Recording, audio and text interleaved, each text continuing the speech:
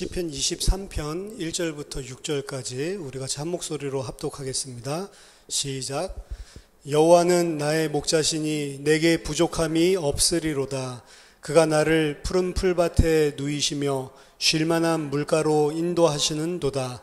내 영혼을 소생시키시고 자기 이름을 위하여 의의 길로 인도하시는도다. 내가 사망의 음침한 골짜기로 다닐지라도 해를 두려워하지 않을 것은 주께서 나와 함께 하심이라. 주의 지팡이와 막대기가 나를 안위하시나이다. 주께서 내 원수의 목전에서 내게 상을 차려주시고 기름을 내 머리에 부으셨으니 내 잔이 넘치나이다. 내 평생의 선하심과 인자하심이 반드시 나를 따르리니 내가 여호와의 집에 영원히 살리로다. 아멘. 시편은 이스라엘이 예배 때 사용했었던 그런 찬송가라고 보면 됩니다. 각각의 시편들이 예배 때에 다 사용이 됐고, 실제로 시편 한 편 한 편들을 따로 떼어내서 본다면 개인의 그런 신앙 간증과 하나님 여호와를 찬양하는 그런 내용들로 이루어져 있고, 이것이 각 시편 하나하나마다 그런 의미를 담고 있는 것을 우리가 발견하게 됩니다. 하지만 정경으로 이렇게 묶여졌을 때는 다르게 봐야 된다는 거죠. 이 정경으로 묶여진 시기가 정경이 최종적으로 결정난 게 1세기 말입니다.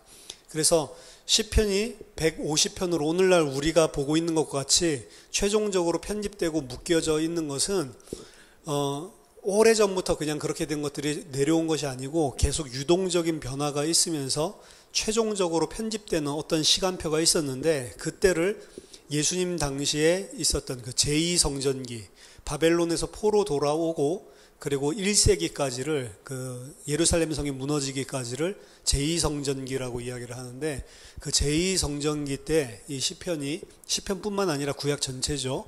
이것들이 전부 다 완성되는 그런 시간표였다라고 봅니다. 그 완성되는 시간표에 있었던 것들을 그대로 그냥 베껴 쓰는 그런 사본들을 많이 만드는 그런 정도에 그친 것이 아니고, 그 당시의 사회와 그리고 그 당시의 민족들 그리고 신앙과 종교 이런 것들을 다 담아내고 재해석해서 개정된 부분들이 상당히 많이 있습니다. 그래서 최종적으로 하나님 우리에게 말씀 주시기 전에 그런 과정들을 겪어서 주게 된 것이고, 시편 또한 마찬가지란 말입니다. 근데 시편을 하나님께서 그런 과정들을 겪어서 주실 때 1세기 당시의 상황들을 보면 이 시편은 당연히 유대인들이 하나님을 찬양할 때 사용하는 그런 찬송가 정도로 이제 사용된 것이 아니고, 어떻게 인식되기 시작했냐면 이것은 바로 하나님이 종말에 일어날 일들을 우리에게 보여주시는 예언서다, 선지서다라고 하는 그런 개념이 팽창해졌습니다. 그래서 예수님만 단순하게 누가복음 24장에서 율법과 그리고 선지자와 그리고 시편에서 나를 가리켜 말한 것, 마치 시편이 예언서인 것처럼 말씀하셨는데, 예수님만 그렇게 보신 것이 아니고 그때 당시에 유대교의 제2성전기 때의 흐름이 이 시편에 나와 있는 내용들도 예언서, 종말에 일어날 일들을 이야기하고 있다라고 하는 관점에서 묶여졌다는 말이죠. 시편뿐만이 아니라 종말론적으로 모든 39권의 구약 성경이 개정되고 그리고 완성돼서 편집됐다라고 보시면 됩니다. 그래서 지금은 여러 가지 이스라엘, 하나님의 백성이 고난당하고 있지만 하나님께서 반드시 우리를 신원해 주시고 하나님의 백성을 높이실 것이다 라는 그 개념 아래에서 전체 성경이 최종적으로 다 편집되고 그리고 완성됐다라고 보시면 됩니다. 시편도 같은 맥락인 거죠. 그래서 그 당시에 있었던 쿰란 문서라든지 그리고 제2성전기 때 있었던 문서들을 보면 예수님 말씀하시기 전에도 시편을 이미 메시아에 대한 그리고 이스라엘과 하나님께서 종말에 이루실 구원에 대한 선지서로 이해를 하고 그렇게 해석하는 그런 경향들이 많이 있었습니다. 그리고 이것은 예수님을 통해서 더 확증이 된 거고, 그리고 신약의 기자들도 또한 시편을 선지서처럼 활용을 하죠. 사도행전 2장에 베드로가 일어나서 예수님의 부활을 증거하면서 드러낸 그 다윗의 시편 16편 같은 경우도 원래는 뭐 예수님의 부활, 메시아의 부활을 이야기하는 것이 아니지만 그곳에서 하나님의 말씀을 따서 다윗의 시체를 썩을 것으로 영원히 두지 않는다고 했는데 다윗은 오늘날 같이 묘실이 있지 않냐? 그건 그 이야기를 하는 게 아니고 장차 살리실 메시아에 대한 이야기고 그것이 예수에게서 이루어졌다라고 시편에서 이야기한 것을 꼭 선지서, 예언서처럼 풀어서 설명하고 있는 모습들을 보여줍니다. 뭐 베드로만 그런 것이 아니고 시편을 그렇게 선지서처럼 예수님을 증언한 것처럼 예언한 것처럼 해석하고 있는 신약 성경이 곳곳마다 등장을 하게 됩니다. 따라서 시편 23편 또한 우리가 그냥 따로 떼어내서 우리가 이해를 하고 그리고 읽게 된다면 이 시편 자체가 다윗이 겪었었던 다윗의 또 신앙 고백으로서 우리가 분명히 느끼고 또 그 안에서 감명을 받고 또 다윗의 이야기가 아니고 나의 이야기로 바꿔서 하나님을 또 크리스찬들은 하나님 여호와 하나님뿐만이 아니라 그걸 예수 그리스도로 치환을 해가지고 그렇게 우리가 충분히 하나님을 찬양하고 그리고 하나님께서 주신 은혜들을 감사할 수 있는 그런 시가 될 수가 있겠죠. 하지만 시편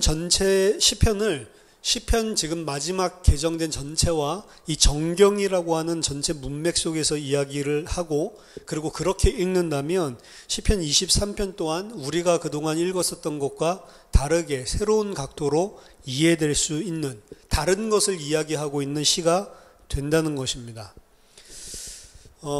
이 모든 성경은 다 그리스도에 대한 이야기다. 그리스도를 이야기하고 있는 거다. 그리고 그리스도에 관한 것이다. 라고 할 때에 시편 23편을 보통 그동안 이제 종교개혁 이후에 어떻게 활용을 해왔냐면 여호와는 나의 목자시다.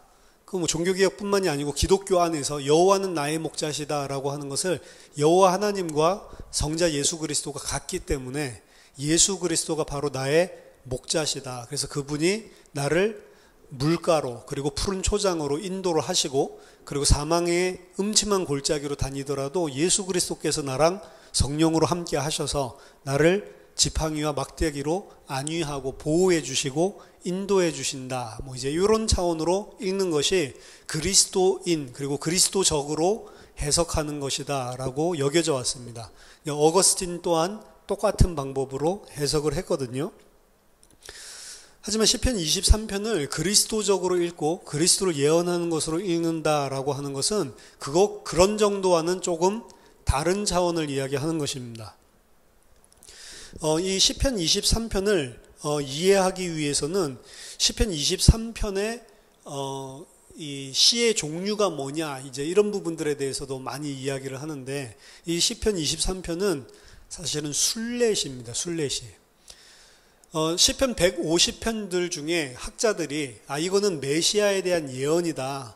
뭐 예를 들어서 시편 2편 같은 경우 뭐 하나님의 아들이 만국을 통치하는 그런 모습들을 보여주고 있기 때문에 이거는 분명히 메시아에 대한 그런 예언이다라고 생각을 해서 메시아닉 삶, 그리스도의 예언에 관한 시편으로 분류한 거는 메시아닉 삶 같은 경우는 한 15개 정도밖에 없습니다. 그러니까 시편 150편 중에 이거는 그리스도에 대한 선지서적인 성격을 가지고 있는 시다라고 하는 게 15편밖에 없거든요. 시편 23편 같은 경우는 절대로 메시아닉 삶으로 분류되지 않는 그런 시 중에 하나죠. 하지만 지금 이야기하고 싶은 것은 이 시편이 150편 전체가 이 정경 속으로 들어왔을 때는 어떤 특정한 시편만이 메시아닉 삶이 아니고 전체가 다 사실은 메시아닉 삶이라는 거예요. 전체가 다 그리스도에 대한 이야기를 하고 있는 거고 그리스도에 대한 예표 그리고 그리스도에 대한 예언, 선지적인 역할을 하고 있다는 거죠. 그래서 모든 성경은 크리스토텔릭, 그리스도를 정점으로, 그리스도를 골로 하는, 그리스도를 끝에점, 목표점으로 해서 모든 것들이 다 구속 역사적으로 이야기를 하고 있는 것이다 라고 하는 것이 시편도 예외가 아니라는 것입니다. 이 시편을 23편을 다윗이 하나님 앞에 고백하는 것이지만 이스라엘에게 있어서 고백하는 걸로도 해석하기도 합니다. 그래서 이스라엘을 인도하시는 여호와 하나님, 유대인들은 당연히 그렇게 이해를 할 수가 있겠죠. 따라서 우리가 시편 23편을 예수 그리스도께서 우리와 함께하고 우리를 인도하고 그리고 사망 가운데서도 보호하신다. 그리고 마지막에 우리를 영원한 새하늘과 새 땅에 들여오셔서 우리에게 상을 베푸시고 잔치상을 베푸시고 우리와 영원히 함께한다. 이제 이런 차원에서 읽는 거는 사실은 이스라엘이 그동안 이해했었던 시편 23편과 그것 크게 다르지가 않다라는 것입니다. 단지 여호와 하나님을 예수 그리스도로 치환하는 것밖에는 없는 거죠. 하지만 시편 23편은 이건 메시아닉 싸움으로 그리고 정경 전체 속에서 읽는다면 그것보다 더 깊은 그리고 더 직접적인 그리스도에 관한 이야기로 읽어야 됩니다. 이 시편 23편은 순례시인데요. 이 시편을 이해하기 위해서는 이스라엘과 그리고 이스라엘에 있었던 계절에 대해서 이해를 하면 더 쉽게 이해를 할 수 있습니다. 이스라엘에는 가을에는 이른 비가 내리고 그리고 겨울에는 늦은 비가 내립니다. 그 이른 비, 늦은 비에 의존해서 열매들도 무르익고 그리고 추수를 하기 때문에 이른 비, 늦은 비가 굉장히 중요하죠. 그리고 봄이 되고 나면 이제 첫 풀들이 이제 초장들을 중심으로 올라오게 됩니다.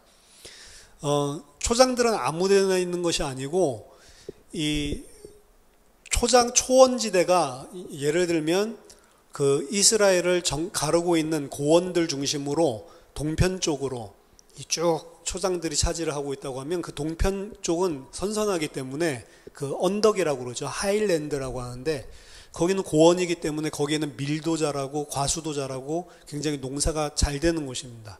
그리고 그 아래로 동편 쪽으로 쭉 아래로 이 초장들이 펼쳐지고 봄이 되면 거기에 풀들이 이렇게 올라오고요.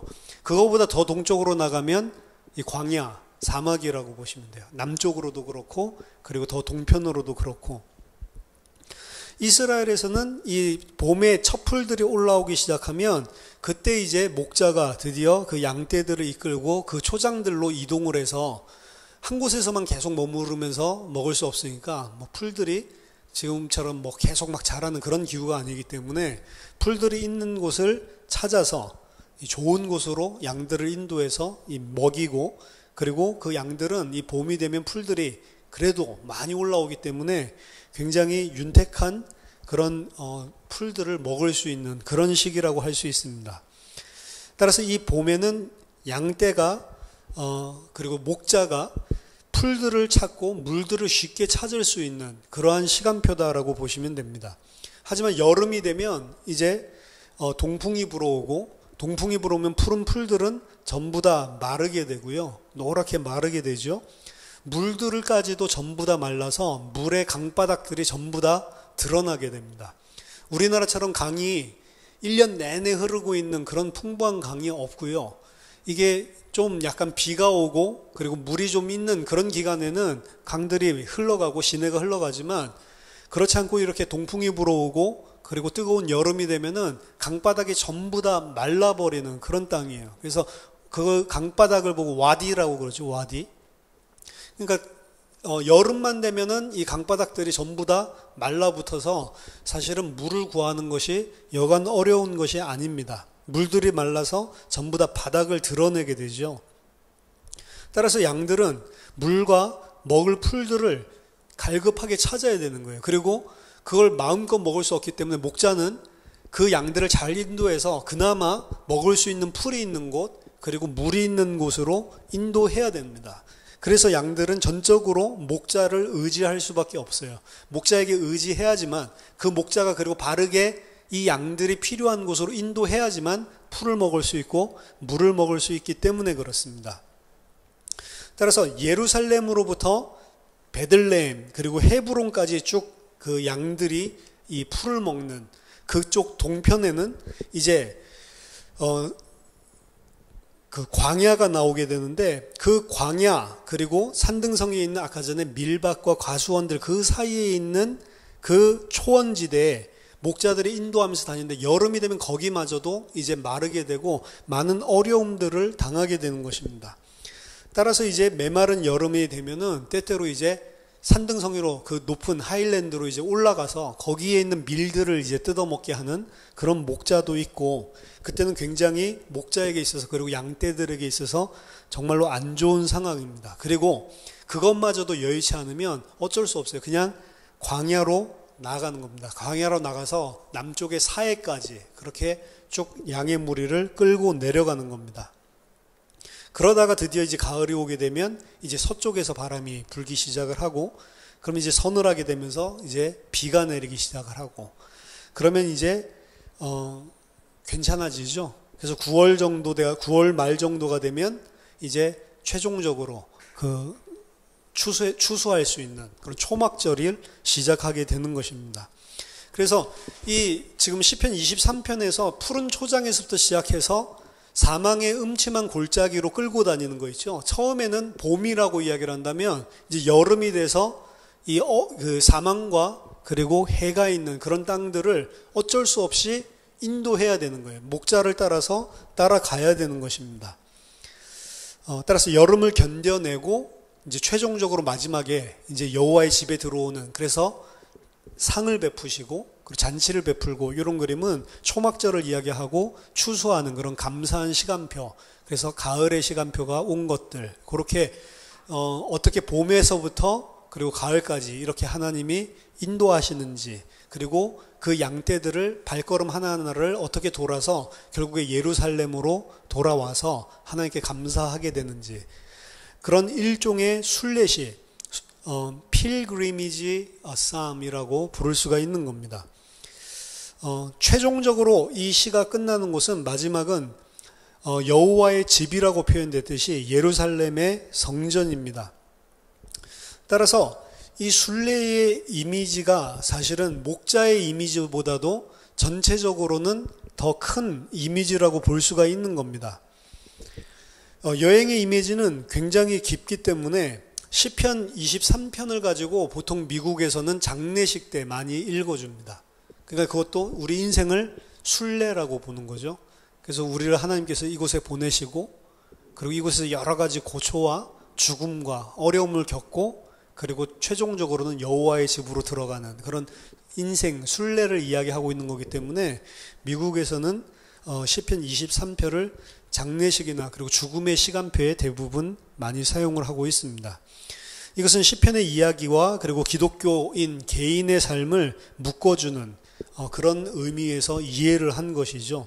그래서 우리가 이 땅에서 신성한 여행, 순례의 길을 여호와 하나님의 인도를 따라서 살고 있는 그런 부분들을 여기서 캐치해내서 그 부분을 장례식에서 사용하는 것입니다.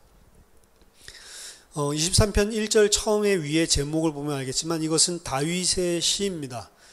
지난주에 말씀드렸지만 이 제목 스크립트, 이 시편 위에 있는 요 스크립트들은 다윗의 저작권을 증거하는 것뿐만이 아니고 정경 안에서 종말론적인 다윗을 이야기하고 있는 거다라고 이야기했습니다. 그래서 이거는 다윗의 시이지만 종말론적인 문맥 속으로 정경 안으로 들어오면 이것은 BC 10세기에 있었던 그 다윗 왕의 시다라는 이야기가 아니고 누구에 관한 종말론적인 다윗에 관한 시다라고 해석을 할 수가 있는 겁니다.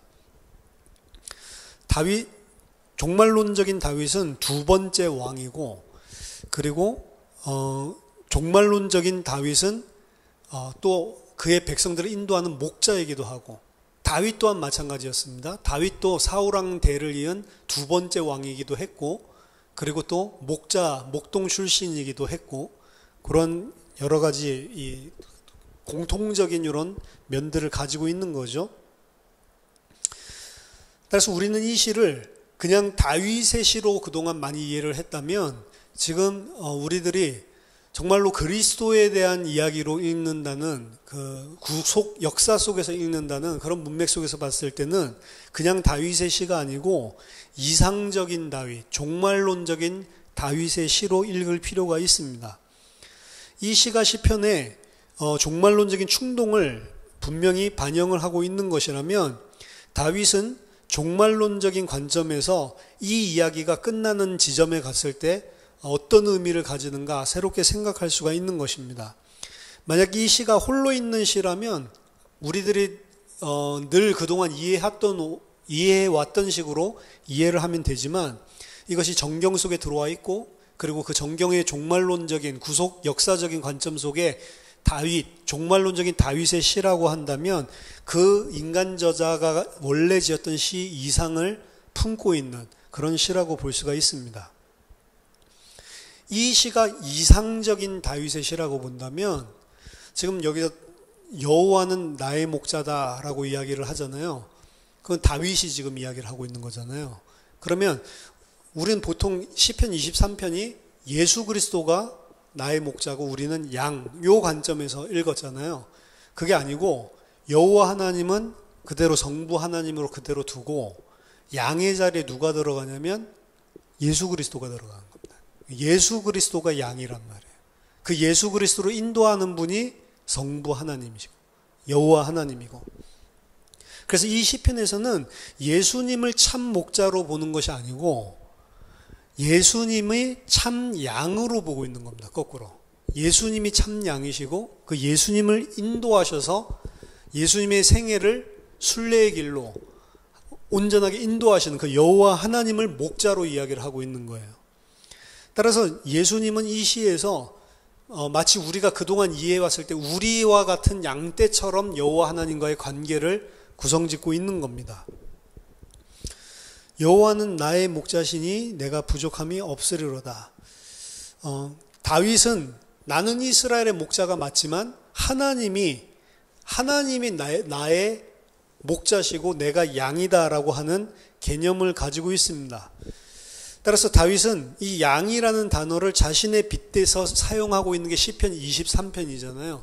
마찬가지로 예수 그리스도 이상적인 다윗으로서 이 시편 23편이 메시아에 대한 예수에 대한 예언으로 본다면 예수님이 바로 그 양이 돼야 되는 것입니다. 그리고 이 시의 중요한 추점은 내가 그를 따라가고 내가 이 그를 믿고 그리고 두려워하지 않고 이렇게 양의 고백, 양의 윤리에 관한 것으로 많이 이해를 하는데, 양의 윤리에 관한 것이 보다는 양이 어떻게 하나님을 목자를 기뻐하고 감사하고 그리고 따르고 그리고 의지하고 신뢰하고, 그거보다는 여호와 하나님 목자가 어떤 분이신지를 보여주는 목자의 윤리적인 측면을 더 중점적으로 설명하고 있는 시가 이 시입니다. 즉 목자가 언약적인 관계에서 강한 자로서 베풀어야 할 보호, 돌봄, 그것이 무엇인지가 더 주 포커스란 말이에요. 따라서 이 시편에서 만약 우리가 양이라고 한다면 그러면 우리가 섬기는 목자가 선한 목자다라는 것들을 가르치고 있는 시, 그게 더 중점적이란 말이에요. 우리 자신에 있는 것이 아니고. 그래서 양보다는 목자에 대한 그런 윤리, 목자가 어떤 신실하신 분인지, 어떤 선한 목자인지를 보여주는 것, 그렇게 이해를 하는 것입니다. 이 내용이 바로 종말론적인 이상적인 다윗으로서 예수님이 알아야 되는 내용이에요. 여호와 하나님이 나의 목자인데 그 목자가 어떤 분이시다라고 하는 것을 알아야 된다는 겁니다. 예수님은 하나님을 그의 목자로 보게 됩니다. 예수님은 복음서의 모든 상황 속에서 시편 23편에서 암묵적으로 묻고 있는 질문에 부딪히게 됩니다. 하나님이 과연 나를 돌보고 계시는가? 하나님이 과연 내가 신뢰하고 온전히 순종할 수 있는 신실하신 하나님이 맞는가라고 하는 부분을 처음부터 마지막 십자가까지 계속해서 사실은 질문을 받는단 말이에요. 처음 공생이 시작하기 전에 성령으로 끌려가셔서 광야에서 사탄의 시험을 받는 그 내용 또한 마찬가지죠. 사탄은 계속해서 예수님에게 그 삶 전체를 정말로 하나님께 의탁할 수 있냐, 아니면 네가 하나님을 의지할 수 없기 때문에 신뢰할 수 없기 때문에 네가 가지고 있는 신성을 활용해서 네가 하나님의 자리에 서야 되냐, 그걸 가지고 계속해서 사단은 공격을 했단 말이에요.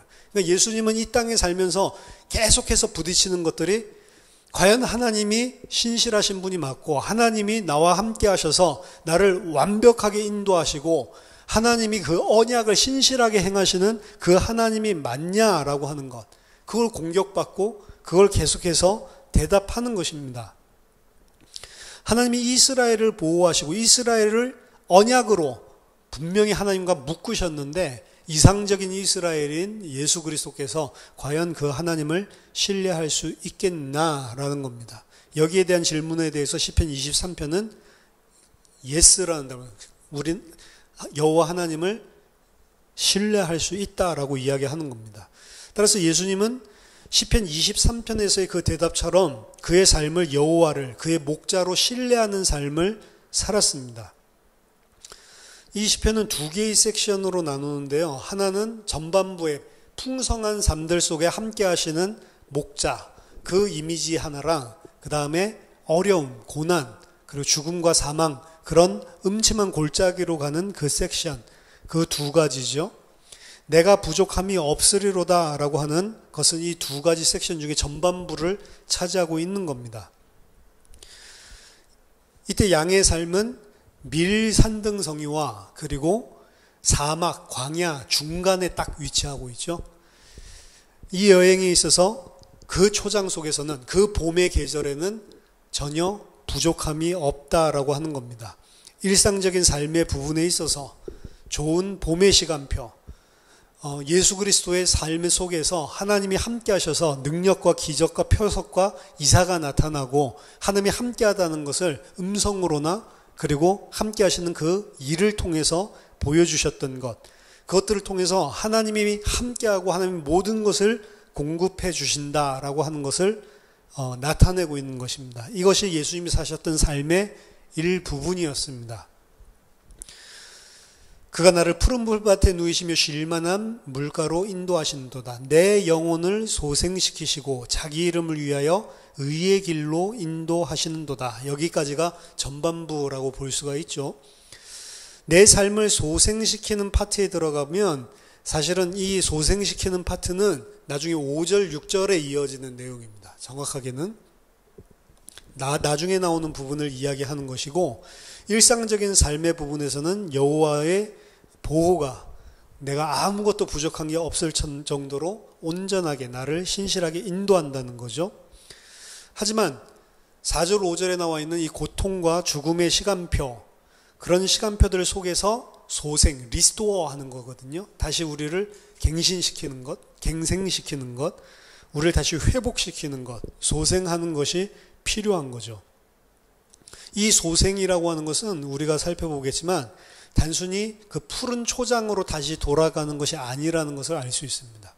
푸른 초장에서 시작했었던 그것이 마지막에는 푸른 초장으로 돌아가서 소생되는 게 아니고 성전에서 끝나죠. 예루살렘 성전에서, 그래서 성전까지 완전하게 간다라고 하는 그 부분을 이야기하는 거예요. 그래서 죽음에서 다시 그냥 살아나는 소생이 아니고 더 나은 것으로, 이게 이제 구속 역사의 전체 그림이거든요. 에덴에서 시작해서 에덴에서 쫓겨나서 이 저주받은 가시덤불과 엉겅퀴가 나는 땅에 살다가 다시 우리가 에덴으로 돌아가는 게 아니죠. 에덴이 아니고 더 나은 새 예루살렘으로, 그렇죠? 새로운 에덴으로 우리가 들어가게 되는 게 구속 역사의 전체 큰 그림입니다. 그래서 굿에서 bad, 나쁜 것, 거기서 다시 굿으로 돌아가는 게 아니고 the better, 더 나은 것으로 나아가는 거죠. 그 패턴을 시편 23편에서도 따르고 있는 겁니다. 자기 이름을 위하여 의의 길로 인도하시는도다. 3절에 이렇게 이야기를 했는데, 무엇이 의의 길인가? 하나님이 예수 그리스도를 인도를 하시는데 하나님의 이름을 위해서 의의 길로 인도하신다라고 고백을 합니다. 많은 사람들은 의의 길로 하나님이 인도하시면 그것은 좋은 길이다라고 생각을 할 것입니다. 매튜 헨리는 이 의라고 하는 것은 윤리적인 의미를 내포하고 있는데, 누군가 이 길을 걷고 있을 때에 언약적인 관계, 의와 관계된 신실성을 보게 되는 것, 그게 의의 길로 인도하는 거다라고 이야기를 합니다. 즉, 이 길은 우리를 의롭게 만들고 거룩하게 바르게 성화시키고 우리를 인도하는 그 길을 말한다라고 이야기를 했습니다. 그리고 그 요점은 우리를 그 안에서 인도하시는데 하나님이 신실하시다, 이런 식으로 해석을 했단 말이에요.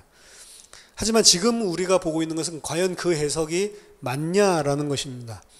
그 목자가 인도하는 길은 좋은 길이기보다는 거꾸로 험한 길이고, 그리고 사망이 있는 그런 음침한 길이었습니다. 우리가 보기에는 위험한 길이고, 그리고 죽음의 길인 것 같이 보인다는 것입니다. 하지만 좋은 길을 가기 때문에 하나님이 우리를 의의 길로 인도한다는 것이 아니고, 죽음과 사망의 길로 인도하는 것 같이 우리 눈에 액면적으로는 보이는데, 하나님은 신실하셔서 우리를 자기 이름을 위해서라도 그 길이 의의 길, 우리 기준에서는 나쁜 길이지만 하나님 보실 때는 그것이 바로 좋은 길이라는 거죠. 그러니까 우리가 생각하는 좋은 길과 하나님이 보실 때 좋은 길이 완전히 반대라는 겁니다. 거꾸로라는 거죠. 하나님은 우리 눈에 보이기에 위험한 길, 죽음의 길을 우리를 인도하는 것 같지만, 하나님은 그의 약속을 지키시는 분이시고, 그리고 그의 이름을 위하여 우리를 철저하게 보호하시는 분입니다. 중요한 것은 우리는 그 하나님이 말씀을 신실하게 지키시는 의로우신 하나님이다라는 사실에 대해서 우리가 믿고 철저하게 의존을 해야 된다는 거죠. 그게 바로 하나님의 영광이 나타나는 것이고, 그게 바로 피조물 된 사실은 인간이 걸어가야 될 길입니다. 근데 인간은 그렇게 안 한단 말이에요. 우리가 봤을 때 악한 길, 우리가 봤을 때 나쁜 길이면 그게 하나님이 인도한다 할지라도 그건 내 마음에 안 들면 절대로 순종하거나 따르지 않는다는 것입니다. 우리가 정말로 하나님을 의지한다는 것은 내 판단이 있는 것이 아니고, 하나님이 신실하시고 의로우신 분이기 때문에 하나님이 인도하시는 것이면 다 옳다라고 적극적으로 그 판단은 하나님에게 맡기고 하나님만 절대적으로 의존하는 거죠. 그 의존하는 참된 다윗, 종말론적인 다윗, 그리고 이상적인 다윗은 그 하나님을 절대적으로 의존하고 있었던, 이게 이제 예수님이 대면하는 이슈였던 겁니다. 네가 하나님을 의지하고 의존하고 철저하게 순종할 거냐, 아니면 네가 보기에 옳은 대로 판단하고 다른 길로 갈 거냐라고 하는 거죠. 예수님은 자신이 참 이스라엘인 사실을 이해하셨고, 그리고 하나님이 그를 죽은 자 가운데서 다시 살리시는 것을 약속했다는 사실 또한 이해를 하셨습니다. 그래서 예수님은 십자가에 달려셨을 때 모욕하는 자들이 나와서 사실은 비웃고, 네가 정말로 하나님의 아들이냐, 하나님의 아들이라면 너를 이렇게 십자가의 저주받게 죽게 내버려둘 수 있냐, 네가 정말 하나님의 아들이라면 거기서 뛰어내려 봐라, 그러면 믿어줄게 라고 모욕하면서 비웃었을 때, 예수님은 하나님이 죽은 자 가운데서 그 의로운 자를 다시 살리심으로 자신이 하나님의 아들이신 것을 증거했고, 그 사람들 앞에서 나는 내 영혼을 하나님께, 아버지께 맡깁니다 라고 고백하고 돌아가셨던 겁니다. 사망의 음침한 골짜기 4절에 나오는 이것은요, 욥기에서 사용된 지옥과 스올 바로 옆의 장소를 의미합니다. 그래서 스올 바로 옆의 장소로까지 내려가도록 이 양들을 목자가 인도하고 있는 모습을 보여주는 거예요. 이것은 지형적으로는 깊은 협곡을 지나는 것입니다. 이것은 뜨거운 여름 부분에 해당되는 거고요. 계절로 따지면 이 목자는 양떼를 몰고 완전히 나쁜 장소로 지금 끌고 가고 있는 것입니다. 마치 양떼를 전멸시키려고 하는 것 같은 모습으로. 지팡이와 막대기가 줄 수 있는 것이 그들을 보호할 수 있는 전부였습니다. 지팡이와 막대기를 생각할 때 우리는 들짐승들이 양을 물어가기 위해서 덤벼들 때 그들을 때리는 그런 도구로 생각을 하고, 실제로 그렇게 사용을 하는 의미에서 보호한다라고도 사용할 수 있습니다. 하지만 그 똑같은 막대기와 지팡이를 목자는 어디에도 사용하냐면 위험한 골짜기로 협곡으로 양들을 데리고 갈 때에 양들이 떨어져 죽을까봐 잘못된 길로 갈 때 때리거나 찔러서 그 길로 가지 못하도록 하는 데에도 사용한단 말이에요.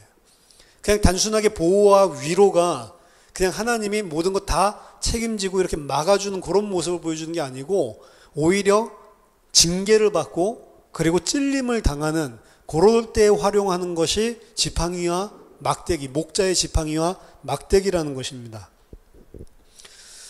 따라서 그 안에는 이중적인 의미가 담겨 있는 거예요. 분명히 하나님이 함께 하셔서 보호하시고 안위하시는데 보호하고 안위하시는 것이 징계와 그리고 처벌로, 고통과 고난으로 나타날 때도 분명히 공존을 하고 있는 거죠. 사망의 음침한 골짜기로 다닐지라도 해를 두려워하지 않을 것은 주께서 나와 함께 하심이라. 이 주께서 나와 함께 하심이라, 이게 시편 23편의 정중앙입니다. 히브리어 단어로 치면 요 주께서 나와 함께 하심이라 이전에 26개의 단어가 나와 있고 그리고 그 후에 26개가 나와 있어요. 그래서 이 시편의 가장 핵심적인 것들 중에 하나는 주께서 나와 함께 한다라고 하는, 그러니까 이게 목자의 신실함에 대한 것들이 핵심이란 말이에요. 근데 그 안에 이상적인 다윗은 그 목자를 의지할 수 있는가? 푸른 초장으로 인도할 때는 우리가 잘 의지할 수 있겠지만 사망의 음침한 골짜기로 갈 때는 그 의지를 하지 않거든요. 그리고 틀렸다라고 생각을 하거든요. 근데 이상적인 다윗, 이상적인 이스라엘은 어떤 곳으로 가든지 그 하나님은, 여호와 하나님은 나랑 함께 하시고 언약을 신실하게 행하시는 분이다라고 믿어야 되는 거죠. 신뢰를 해야 되는 것입니다. 따라서 여호와께서 우리의 두려운 상황들 속에서 그 속에서도 주께서 나와 함께 하신다라고 하는 것을 정말로 기억을 하면 그때에 우리가 안위하고 그리고 그때에 두려워하지 않게 되는 거죠. 여호와의 지팡이와 막대기가 바로 우리에게 안위해 주는 무기가 되는 겁니다. 이 시편이 예수님의 입에 놓여지게 된다면 예수님은 요 고백을 인생을 통해서 사실은 해야 되는 거예요. 이게 예언서고 이것이 예수님, 다윗의 이야기라면 예수님은 죽음 바로 옆에 있는 협곡에 들어갔을 뿐만 아니라 여기는 바로 옆에 있는 협곡이지만 실제로는 그거보다 더 과도하게 성취하셨죠. 실제 죽음 속에 완전히 들어가셨죠. 하지만 그 모든 일들 속에서도 예수님은 하나님을 그의 목자로 그와 함께 하시는 분으로 신뢰를 하셨고 두려워하지 않았습니다. 나와 죽음 가운데 있을지라도 내가 죽음으로 들어가도 주님이 나랑 함께 한다. 물론 이 부분에 있어서 우리가 복음서를 보면 좀 다른 게 있어요. 예수님이 십자가에서 돌아가실 때 뭐라고 고백하죠? 내 아버지여 내 아버지여 어찌하여 나를 버리시나이까. 그럼 이거 지금 시편 23편에서 죽음으로 나를 끌고 간다 할지라도 주께서 나와 함께 하신다라고 하는 이 신뢰랑은 좀 거리가 멀죠. 그럼 이거 어떻게 봐야 되냐? 이거는 성취가 된 거냐? 아니면 예수님은 그 신실성을 안 보여줬냐? 여기에 대해서 마태와 마가는 내 아버지여 나를 어찌하여 버리셨습니까? 라고 예수님이 고백한 거를 그대로 기록을 하고 있어요. 근데 누가는 그게 없습니다. 누가는 대신에 뭘 집어넣냐면 내 영혼을 아버지께 맡깁니다 라고 하는 거를 집어넣었어요. 근데 이 두 가지가 시편 22편과 23편에 나온 같이 붙어 있습니다. 시편 22편에는 내 아버지여 내 하나님이여 내 하나님이여 어찌 나를 버리셨나이까 라고 이야기하는 거죠. 이게 시편 22편의 내용이라.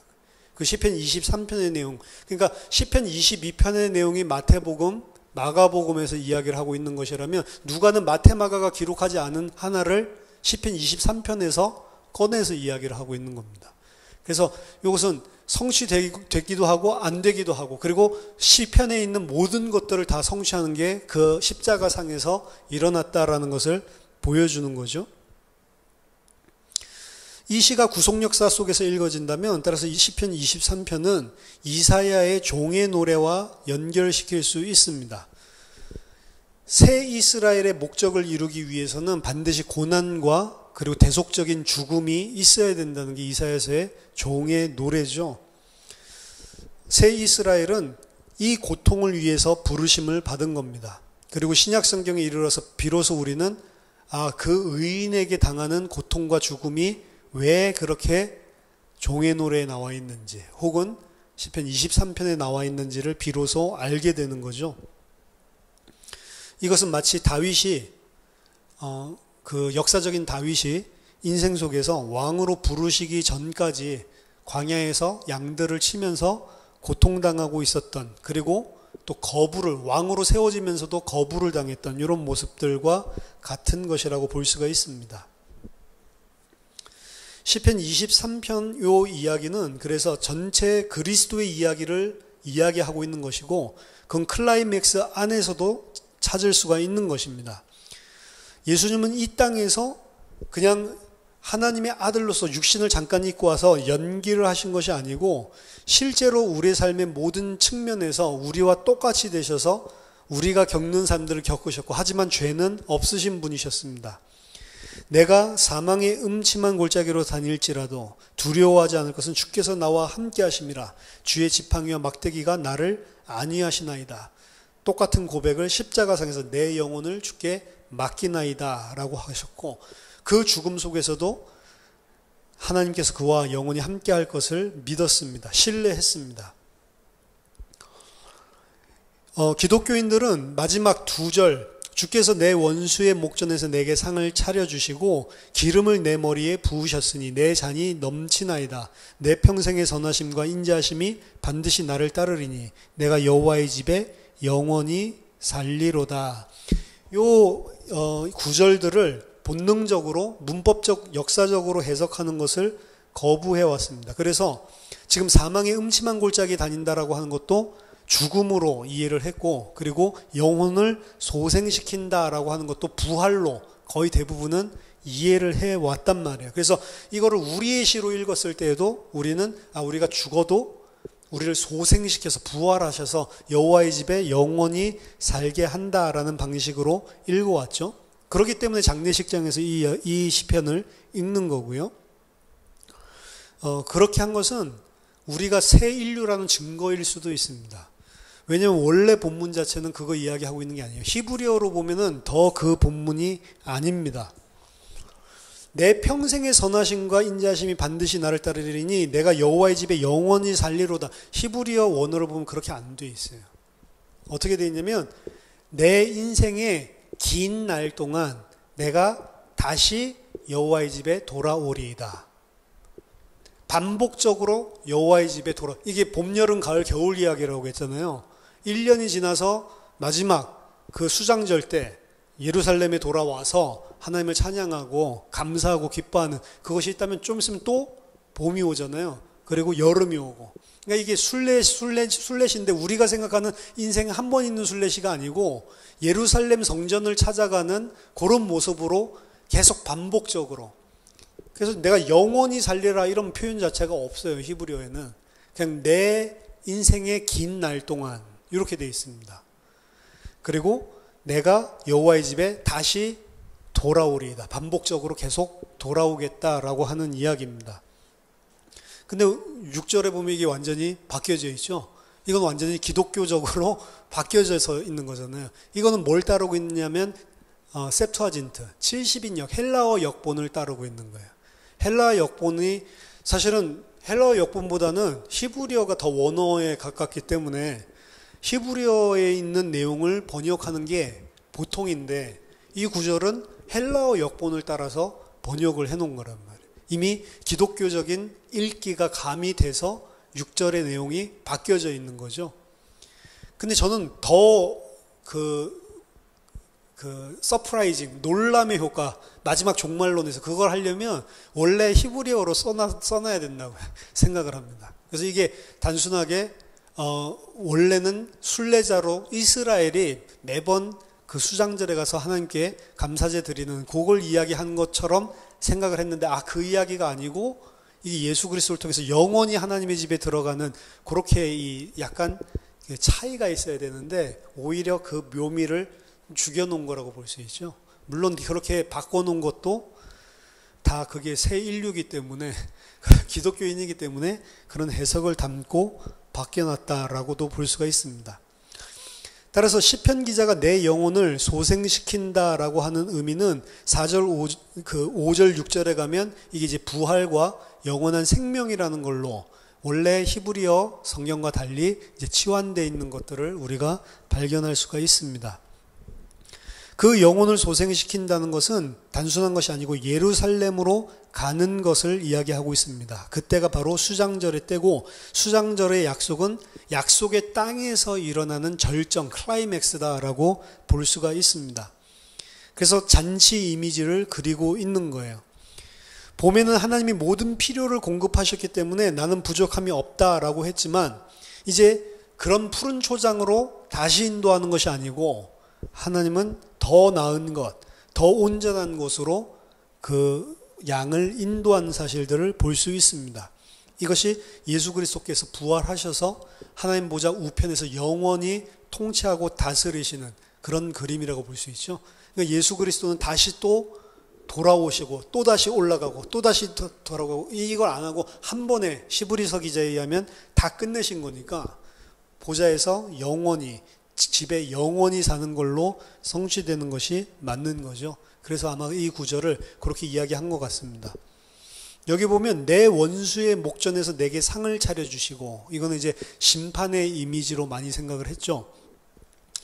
심판의 이미지로도 볼 수 있지만 또 다른 한 가지는 이게 종말론적으로 마지막 하나님 나라에서 이루어진다는 것은 그 하나님의 나라에는 원수가 없습니다, 사실은. 근데 그 원수가 그 하나님의 나라에 와 있다라고 하는 것은 하나님과 원수되었던 자들이 그 자리에 하나님의 백성으로 와 있는 그림을 이야기하는 거예요. 거꾸로. 하나님의 원수는 그 잔치 자리에 절대로 올 수가 없습니다. 내쫓긴다고 돼 있고 그 잔치 자리에 와가지고 멀뚱멀뚱 하나님의 백성들이 또 예수 그리스도가 그 잔치상 즐기는 거를 볼 수 있는 그런 자격이 없어요. 그 자리에는 오지도 못합니다. 이미 심판은 이루어지고 끝나는 거죠. 근데 원수가 그 목전에 그 상을 베푸시는 그 잔치 자리에 와 있다라고 하는 것은 이 원수는 그 예수 그리스도를 통해서 구원받은 자들이 하나님의 잔치상 앞에 와 있는, 그래서 하나님의 백성을 예수 그리스도의 순종을 통해서 만들어내서 완성된 그림을 보여주는, 이게 이제 구약에서도 그 이방인과 그리고 하나님을 대적했던 자들이 하나님의 산으로, 시온산으로 율법을 행하고 그리고 예물을 가지고 돌아온다라는 이야기가 있거든요. 그래서 이 원수는 지금 전쟁 중인 원수, 심판의 시간표에 있는 원수라기보다는 원수 되었던 자들이 이제 여호와의 산에 올라와서 함께하는 그런 종말론적인 회개가 일어난 것들을 보여주는 것으로 보는 게 구속 역사적으로 봤을 때 맞는 것입니다. 그래서 시편 23편, 이것은 구속 역사적으로 종말론적인 그리스도 안에서 성취될 이야기들을 보여주고 있는 것입니다. 여기서 보여주고 있는 것은 예수 그리스도가 여호와 하나님을 전적으로 신뢰를 했다는 것, 그리고 여호와 하나님은 그 신실하신 언약대로 그를 부활해서 그리고 자기 우편에 앉히셔서 그 구원을 완성시켰던 이 모습을 보여주는, 그래서 시편 23편 또한 기독교적으로 우리가 구속 역사 속에서 읽는다면 예수 그리스도에 대한 예언으로 이렇게 이해를 해야 되는 거예요. 그 시편 23편만 그러냐? 아니고 시편 150편과 그리고 구약 성경 전체가 다 그 관점을 가지고 읽어야 된다는 거예요. 전부 다 그리스도에 대한 이야기고 그리스도의 신실함과 그리스도의 믿음에 대한 이야기입니다. 우리 갈라디아서에서 이야기했지만 결국에 너희들이 잘 믿어서 구원받는다, 그 이야기를 전체적으로 하고 있는 게 아니고 그 예수 그리스도의 믿음과 신실함 안에서 하나님께서 종말론적인 구원을 베푸시는 이야기를 하고 있는 게 구약에서 이야기하는 겁니다. 근데 이걸 거꾸로 깨달은 사람들이 유대인들이고, 그리고 또한 주다이저들은 믿음으로만 구원받냐, 우리가 또 뭐를 행해야지 라고 이야기를 하고, 또 잘못 깨달으면 우리가 이제 하나님의 백성이 됐으니까 주다이저들이랑 똑같죠. 그러니까 이것들을 행해야 구원에서 안 떨어지지 않냐, 이런 식으로 착각을 하고 오해를 하는 게 맞죠. 그거는 복음의 본질을 흐리는 겁니다. 심지어는 내가 예수 그리스도를 잘 믿어서 구원받는 것도 아니고 예수 그리스도의 믿음 안에 거할 때 내가 구원받는다. 그걸 잘 믿어야 되는 거예요. 내가 예수를 잘 믿고, 그게 아니고 예수를 잘 믿는다는 의미 자체가 또 나에게 방점이 찍히는데, 예수 그리스도의 믿음 안에서만 하나님이 우리를 의롭게 하셨구나. 그 사실을 잘 믿어야 되는 거예요. 사실은. 그러면 우리가 우리 자신의 모습을 보고 구원의 확신이 흔들린다, 이럴 이유도 없는 것입니다. 율법과는 전혀 떨어진 거란 말이에요. 구원은 하나님이 전적으로 예수 그리스도 안에서 그 예수 그리스도의 믿음을 보고 허락하시고 은혜로 그냥 주시는 것이지, 내가 그걸 잘 믿었기 때문에 구원받고 내가 흔들리면 구원 떨어지고 이런 것 자체가 아니잖아요. 구원이라고 하는 것은 전적으로 하나님의 행위다. 사람의 행위가 아니고 하나님의 행위다. 그래서 시편 23편에서 이야기하는 것도 다윗의 믿음, 그리고 우리의 믿음, 우리를 갖다 인도하신 하나님, 그걸 이야기하는 것이 아니고 1차적으로는 뭐 그것 통해서 우리가 이 안에서 하나님을 신뢰해, 당연히 그 생각은 가져야 되겠지만 1차적으로는 지금 예수 그리스도 이야기를 하고 있는 거라는 겁니다. 모든 성경이 그래서 예수 그리스도의 십자가와 부활, 그리고 예수 그리스도의 믿음, 그 안에서 행하시는 하나님의 구원을 이야기하고 있는 것이다. 시편 또한 그렇다는 것입니다.